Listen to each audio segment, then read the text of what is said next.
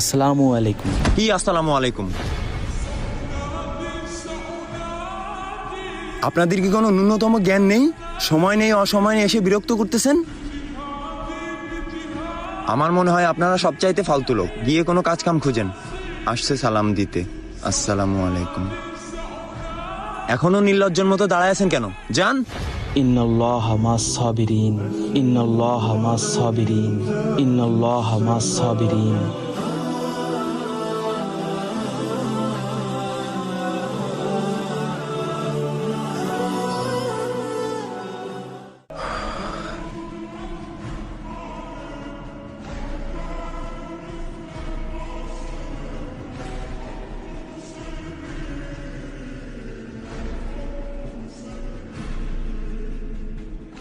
আমি শেখ হুজুর, আপনি ওনার জবাব কেন দিলেন না?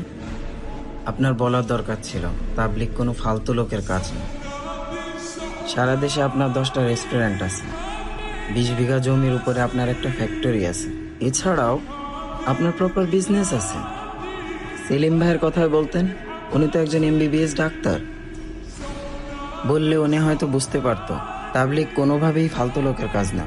নাহিদ ভাই, আমি যদি তাকে টাকা দিয়ে ইমপ্রেস করতে চাইতাম, তাহলে হয়তো তার ভিতরে আল্লাহর দিন পৌঁছাইতো না, বা দিনের ভালোবাসা ঢুকতো না। আর আমি টাকা দিয়েই বা কেন তাকে ইমপ্রেস করব, যে জিনিস এই দুনিয়াতে সীমাবদ্ধ। সে আমাকে ধাক্কা দিয়েছে, ছোট বড় কথা শুনিয়েছে, আমি কিন্তু ধৈর্য ধারণ করেছি, শুধুমাত্র আল্লাহর জন্য, আল্লাহর খুশির জন্য।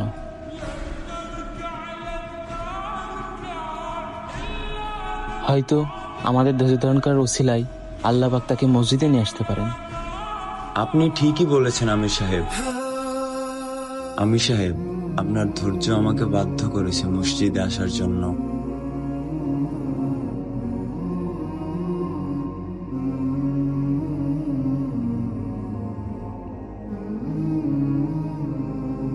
আমির সাহেব, আপনিও আমাকে ধাক্কা মারতে পারতেন, ছোট বড় কথা শোনাতে পারতেন, কিন্তু আপনি তা করেননি। আপনি ধৈর্য ধরেছেন। আপনি আসলে একজন মহান ব্যক্তি।